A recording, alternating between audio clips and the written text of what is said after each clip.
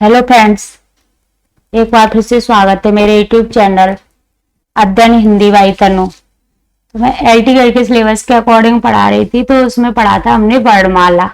वर्णमाला का first chapter, second chapter में है वर्ड क्या है, अक्षर, वाक्य, पद। तो इसको हम आज डिटेल में पढ़ेंगे। सबसे पहले है वर्ड। वर्ड क्या है? भाषा की सबसे छोटी इकाई है वर्ड। भाषा की जो सबसे छोटी इकाई है वर्ड है, जिसके टुकड़े नहीं किए जा सकते। इसे ध्वनि का लिखित रूप भी कहा जाता है। ध्वनि का लिखित रूप भी कहा जाता है। वर्णों को अक्षर भी कहा जाता है। जो वर्ड है उसको हम अक्षर भी कह सकते हैं। जरा सा डिफरेंस है वर्ड और अक्षर में। तो वर्ड जो है,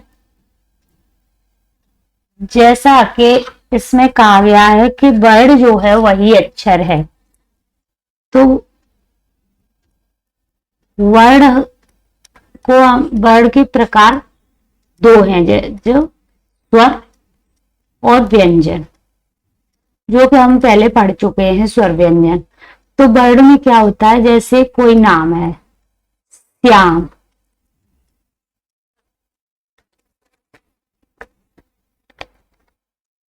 श्याम है, इसमें स्वर लगा, जैसे या, इसमें तो देख ही रहा है केवल या, माँ केवल लिखा नहीं जा सकता, माँ धन आ। स्वर के बिना हम वर्ड को लिख नहीं सकते हैं, वही वर्ड है। स्वर लग जाए तो वर्ड है। अगर हम इसको लिखें ऐसे म, क, ख, तो यही हो जाएगा अक्षर। तो वर्ड क्या है? क, ख, क्योंकि इसमें आ छिपा है, धन अ, धन ख। बिना स्वर के जो ना लिखा जाए वो वर्ड। और जरा सी चेंजिंग है अक्षर के लिए, ये वर्ड है। जो स्वर से स्वर लग जाए जिसमें, वो वर्ड होता है। आगे हम देखते हैं, इसमें होगा अक्षर। अक्षर क्या है?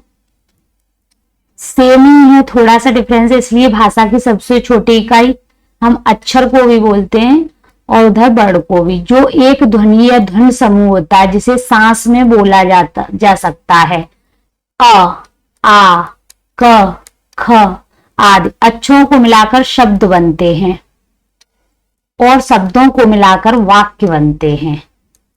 जैसे अक्षर है, लिख दे मोहन, ये मो, हाँ न, मोहन, ये बन गया, ये शब्द हो गया एक पूरा।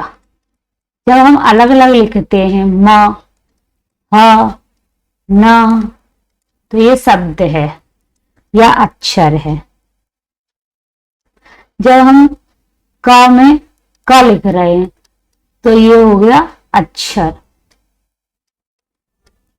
क्योंकि क धन अ, क में आ छिपा है।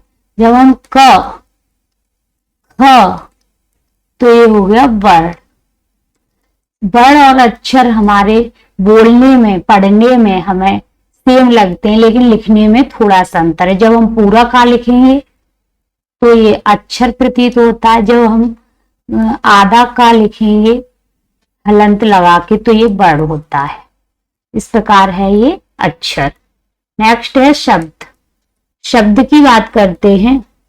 उधर था कि ये भाषा की सबसे छोटी इकाई है, अक्षर और वर्ड। अगर शब्द की बात करें तो ये भाषा की सबसे छोटी और सार्थक इकाई है, जो सार्थक रूप से बोला जाता है, जो एक या एक से अधिक वर्णों के मेल से बनती है।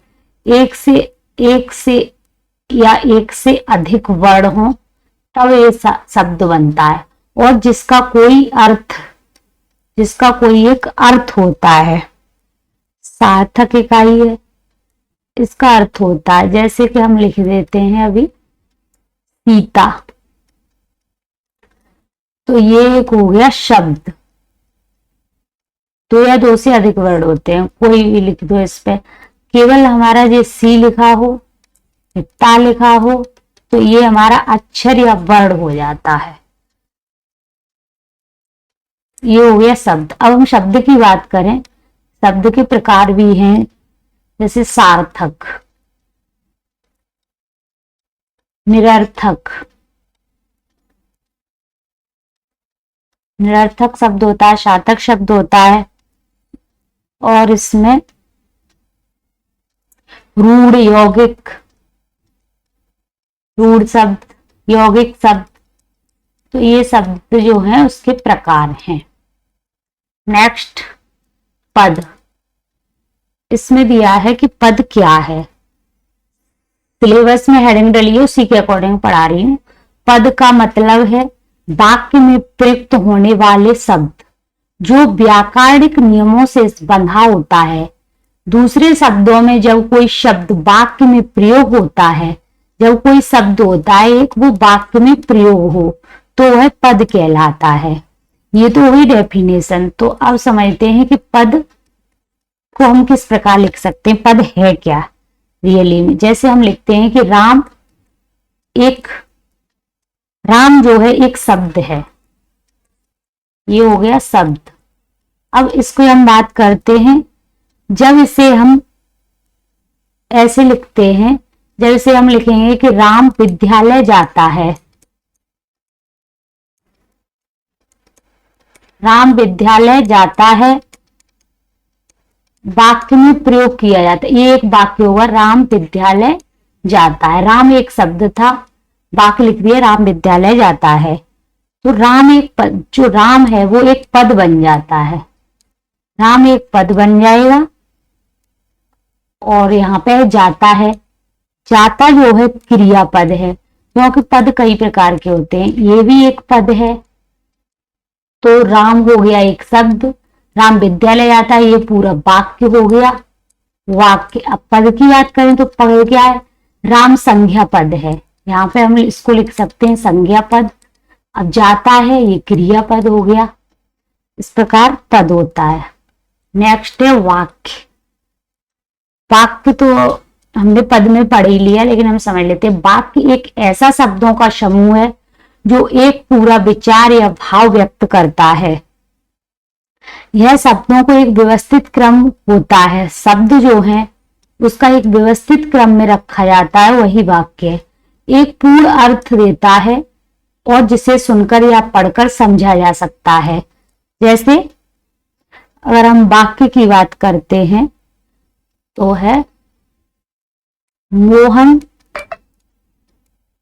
खाना खाता है।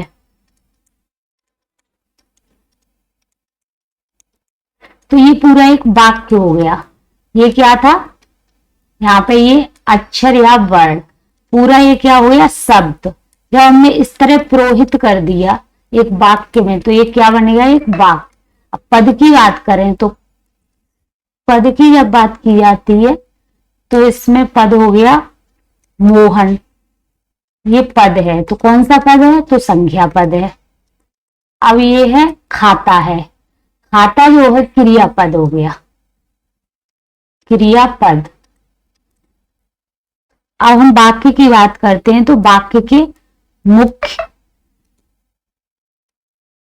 कुछ मुख्य भाग भी हैं वाक्य के, जो इस प्रकार हैं